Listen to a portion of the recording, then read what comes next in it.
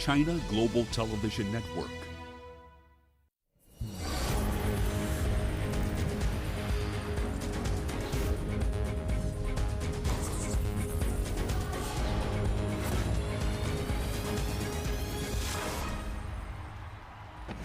The WRC Safari Rally in Kenya has captured the imagination of an entire continent as it entered its second last day on Saturday. On tonight's Sports Scene, we go behind the scenes to bring you the biggest unfolding story in motorsport as we take a look at the build-up to the Tokyo 2020 Olympics. Hello and a very warm welcome to you wherever you're joining us. This is Sports Scene here on CGTN, your home of African sports news from the continent and beyond. I'm Mahia Mutua in Nairobi. Also coming up, FIA President Jean Todt speaks exclusively to CGTN on the heritage and future of Kenya's Safari Rally. And Ghanaian boxer Samuel Taki looking to impress at the Tokyo 2020 Olympic Games. Let's begin with the latest from the Safari Rally. Thierry Neuville stretched his WRC Safari Rally Kenya lead to almost a minute on Saturday after a tense finale on the penultimate leg. On a day when the African Classic appeared to be showing its more benign side after Friday's brutal opening leg, Neuville increased his advantage over Takamoto Katsuta to 57.4 seconds. He has led this sixth round of the season for most of the way in his Hyundai i20. A sudden downpour in the closing 31.04-kilometer Sleeping Warrior stage caused some chaos. The dry and dusty roads quickly turned to mud, and the hard compound tires carried by all offered minimal grip. Katsuta remains in second ahead of Toyota Yaris teammate, seven-time WRC champion and series leader Sébastien Ogier. 2019 champion Ott Tanak was relegated to fourth when his Hyundai i20's windscreen misted up and he was forced to stop to wipe it clear. Sunday's finale spans the north and south of Lake Naivasha. There were no big risks, to be honest. Nice clean run. I really enjoyed driving the stages. Seeing some animals crossing the road as well. So a bit of action this morning, but in general it was a clean run.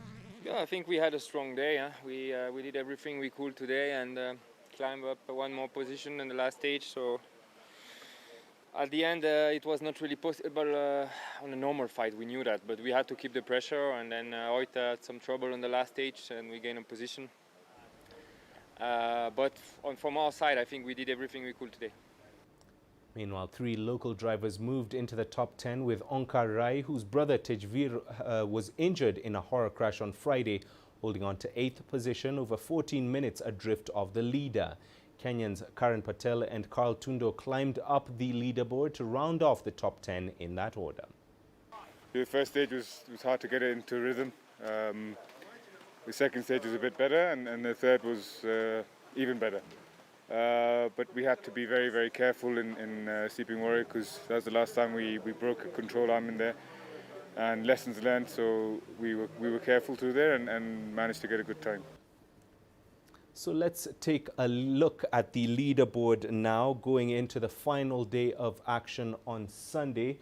As we mentioned earlier, Belgian Thierry Neuville is in front, leading the front race of drivers going into Sunday's action. Takamoto Katsuta is second, followed by Sébastien Ogier in third. Ott Tanak is fourth place. There is some good news for Kenyans as three Kenyan drivers, as we mentioned, have jumped into the top 10. Well, for more on that, we're now joined from Naivasha by George Donaldson, the former team manager for Toyota, Mitsubishi and Subaru World Rally teams, who has attended 19 WRC Safari rallies for the latest on this year's event. Welcome, George, to the program. Were the top WRC contenders really ready for the Safari Rally after the hopes of virtually half of the top flight drivers destroyed on Friday? Well, the answer's self-evident there, Mahia, really, isn't it? I think ultimately the drivers were braced and were prepared, but some of them got a bit excited and thought they could push the pace a little bit, and the Safari Rally has big teeth and it bit them back big time. I was quite pleased about that. I love the traditions of this rally and I want it to be tough. Today was too easy. Thank goodness we got rain in Sleeping Warrior at the end of the day. And George, you talk about the rallies gone by. How would you compare this year's event to the safari rallies of days gone by that you were a big part of? Well, it's an entirely different event, so the character of the event has completely changed. Completely changed. It bears no relation at all. But this is a good thing because Kenya has grown as a country and it's too busy for that type of event now. That is a thing of the past. It's consigned to history. But the ingredients of safari, this safari rally, are quite clearly very similar, pretty well identical to those historical events, just in a very condensed form. Even the roads, which used to be lovely, big and wide, are now narrow and tight and twisty. So basically, it's a condensed version of the old traditional event. I'm very happy that it's proving to be tough, and I feel it's a worthy successor in the modern age. And finally, before we let you go, George, who do you think is likely to be crowned the winner of the WRC Safari Rally tomorrow? Well, let's put it this way. Nothing would make me happier than to see, for instance, the guy in fourth place coming through to win from apparently nowhere. You know, Tanak, fourth overall. He lost a place in the last stage tonight. He's dropped back to fourth. He feels he's out of it. I would love to see him come back through and win. And for that to happen, we need drama at the front. So I love a dramatic rally. I don't want any tragedy to befall any of the first three drivers, far from it. But I want Safari Rally to show some more teeth, big, proper lion's teeth that Safari Rally is. Let's see some action tomorrow. So no predictions from me, but I would just love to see something unpredictable happening. Indeed, and this is the place for that. Thank you very much, George, for speaking to us here on Sports Scene. George Donaldson, former team manager for Toyota, Mitsubishi and Subaru World Rally teams, speaking to us from Naivasha. Well, huge crowds turned out in Nairobi and Naivasha, a large town located 92.8 kilometers northwest of the Kenyan capital, to witness the exciting action at the 2021 WRC Safari Rally. It rekindled the love affair between the East African nation and its signature motorsport event that last featured on the global calendar in 2002. Here are some of their views. Having also been there during the 2002 rally, our expectation is for the safari to live up to its reputation. I know the distances have been shortened, but as usual, safari usually bites. When you think everything is okay, is when something happens. We expect the young guys to do very well, and maybe Kenya to have a few cars in the top 10. I'd like the safari to continue because it's really fun and sweet. It should happen always. I feel great because I can remember back in the days we used to go to a checkpoint around the area of Kongoni. But now I see some things have changed. They are now running in close roads and I don't know why. Well, it's time for us to take a short break. Here's what's coming up on Sports Scene.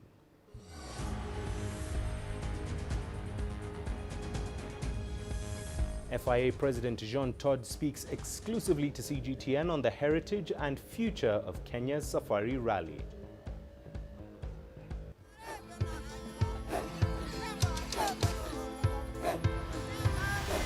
Africa is a continent of diversity, with varied climate and enchanting geography, and a people so distinct, but with a shared enduring spirit.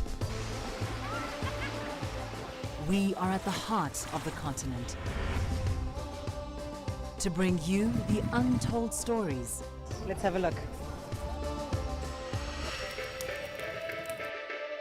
We celebrate Africa as it shapes its own destiny. Tunis, Syria, Juba, Johannesburg, Ethiopia, Tanzania. Africa Live. Find your voice.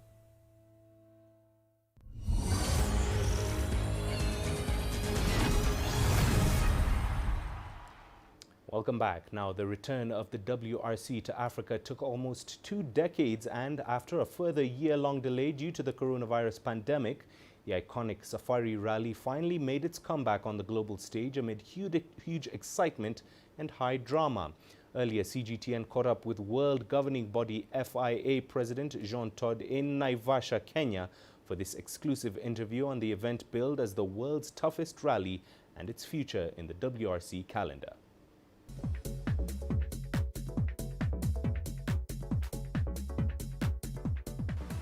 I think first time I came in Kenya for the Safari Rally was in 1973, so a long time ago, and it was a kind of the iconic rally in the story of motorsport.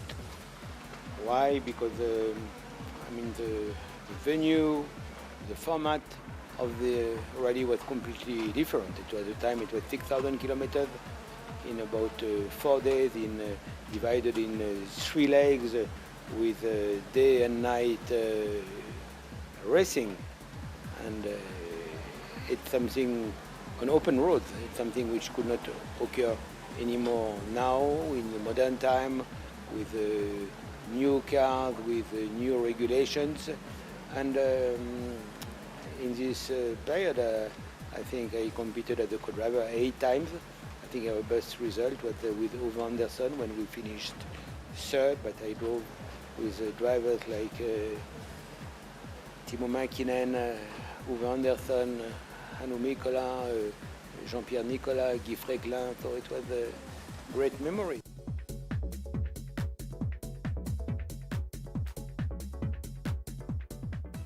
I'm looking forward to hear the drivers, because I saw them at the start. Yesterday I had the opportunity of going to see 2 special stages together with my friend Amina Mohamed, and it was amazing to see the enthusiasm of the people, all the facilities which have been built to all the people of the safety measures.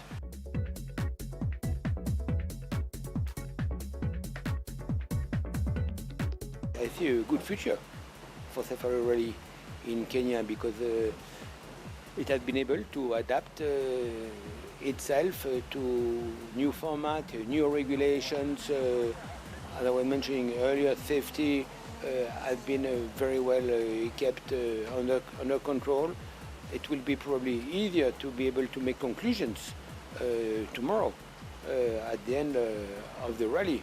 But as I said, so far everybody seems to be happy to be back, and I commend the work which has been done by everybody in the team to have such a good event.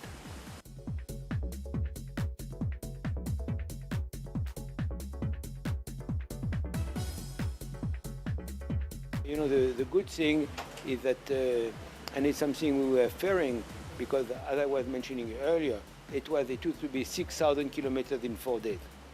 Now it will be around 1,000 kilometers in 3 days. You know, so it's the format is completely different, but still the nature of the rally has been preserved, which is very important. You know, so I mean the Safari Rally Kenya will remain a different flavor compared to other rallies, notwithstanding that the format is closer to a normal WRC event.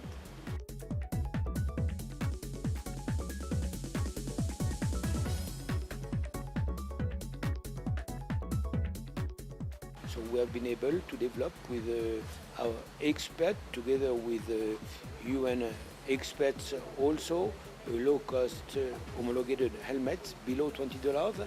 And thanks to the support of the Keep Fighting Foundation, which was founded by Michael Schumacher family, we have been able to present the helmet together with President Kenyatta and Amina Mohamed, also with the support of the Hungarian government, and distribute some helmets, make also helmet coalition in Kenya, where it's a contribution of NTSA, Red Cross, FIA members, Boda Boda participants, and a lot of other NGOs, in order to allow motorbike drivers and passengers to be safer on the road in Kenya, and hopefully to be able to communicate that all over Africa and all over the world.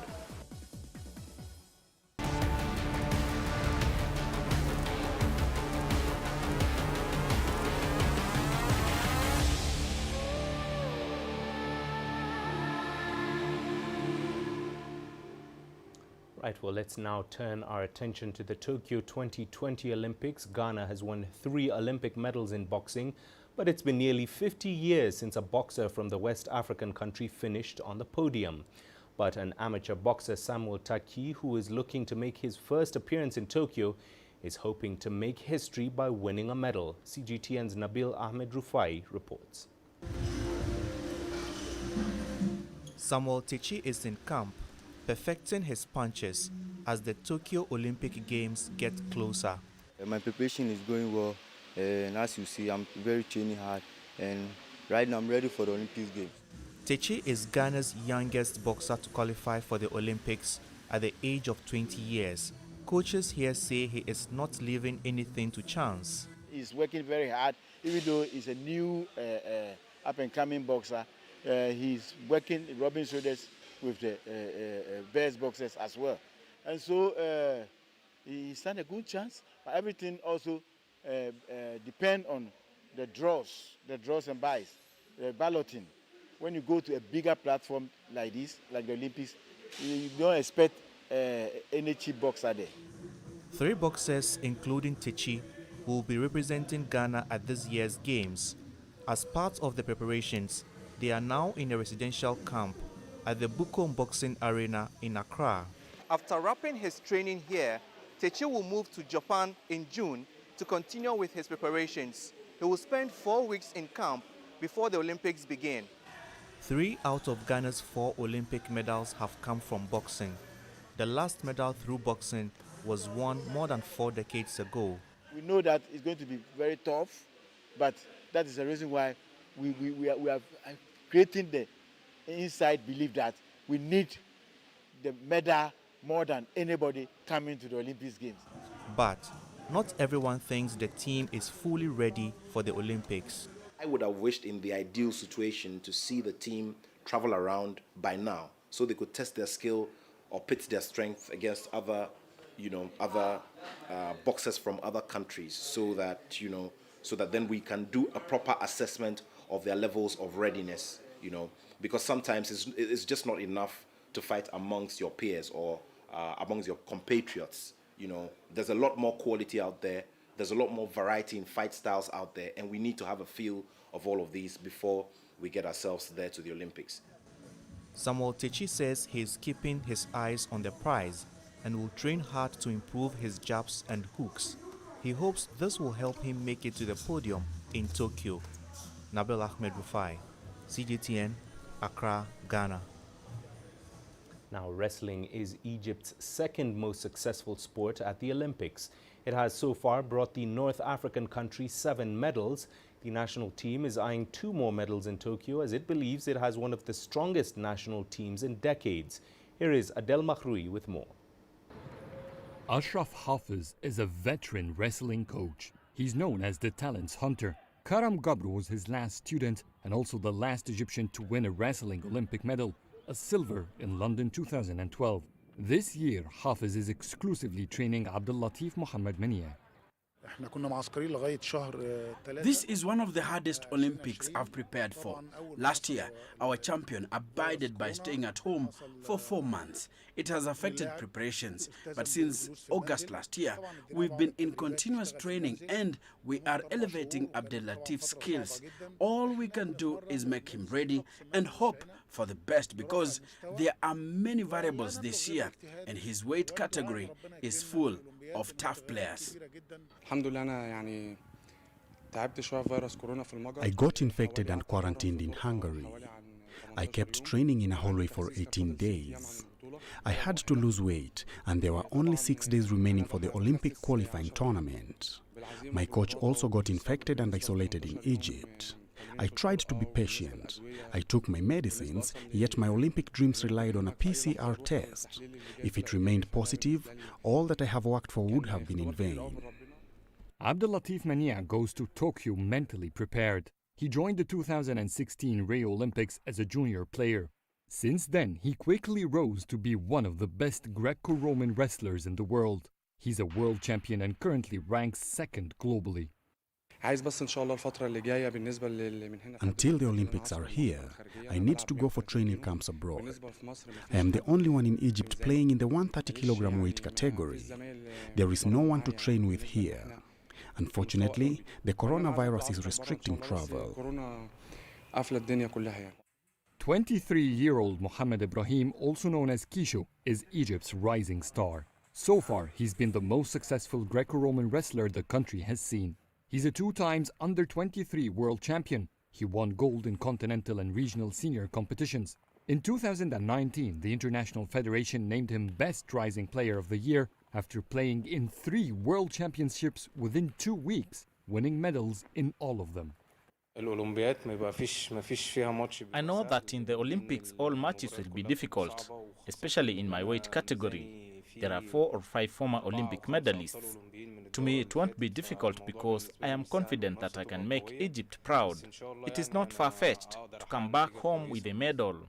Tokyo is going to be Kisho's first Olympic experience. In total, 3 Egyptian wrestlers have qualified to the Summer Olympics this year. Their record of medals show that they formed the strongest national team the country has seen yet. Adel Mahroui, CGTN, Cairo.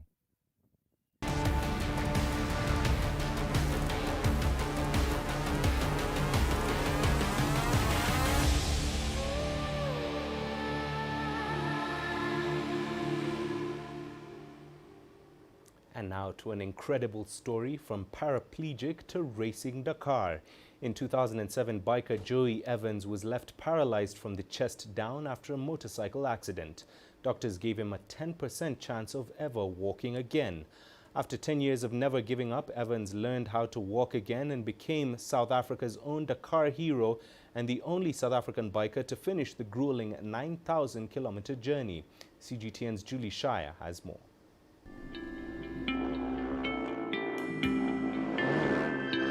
My name is Joey Evans. I'm from South Africa. I always had a dream to race the Dakar Rally. That dream was destroyed when I had a massive high-speed crash at a race here in South Africa. I broke my back and I was paralyzed from the chest down. And suddenly every dream, every goal that I had in life just evaporated. And it became a very dark time. It was dark physically and it was dark emotionally. I learned to walk again.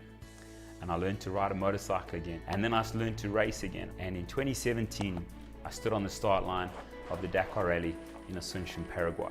And those next 13 days were by far the most brutal 13 days I'd ever experienced on a motorcycle. I was physically exhausted at the end of day 3. And I remember thinking, I don't belong here. This is crazy. This is just I'm so out of my league. And on day 12, my entire race just came to pieces. Car hit my bike and completely just destroyed my bike. And then I found another bike in the desert. The guy had been injured and medevaced out, and I stripped the parts off his bike that I needed and I put them onto mine, and I ended up riding right through that night. The next day, finished the Dakar Rally. I ended up being the 10th South African in 39 years of the Dakar Rally to finish the Dakar. Probably the only guy who's been paralyzed that managed to do that with a spinal cord injury. I looked at this and I thought, you know what, man, I want to share the story. I want to tell other people about it. So I wrote the book, From Para to Dakar, detailing my journey of 10 years and the race. Kind of poured my heart out in that book, and it went on to be a bestseller here in South Africa. But for me, it was the end of a life journey, you know, something that meant a lot to me as an individual, to my family. It meant overcoming my physical injury. So racing the Dakar Rally was obviously a massive, life goal for me, kind of ticked off and checked. But I always think you need more goals, you need more things to chase. And an opportunity came up this year to go and race the Africa Eco Race. And the Africa Eco Race is the original Dakar route from North Africa. But we had a bit of a challenge there as well, where on the second last day, I hit a camel. And I raced last day with torn ligaments and torn tendons and stitches in my head. And that was another one to just tick another box. COVID has been a massive impact on my career. Obviously it shut down travel, it shut down big events. The message that I like the most is that when it is dark and you're alone and it's tough, that you just twist that throttle and you keep riding right through the night. until you finish that race. You focus on that end goal, and whatever it takes to get there, you just keep pushing. And on that note, that's where we leave it on this week's edition of Sports Scene. Do remember, you can send your feedback to the contacts on your screen and follow us on our digital media platforms. I'm Mahia Mutua. Thanks for watching from myself and the team here. We leave you now with highlights from the 3 days of high-octane motor racing action from the 2021 WRC Safari Rally here in Kenya.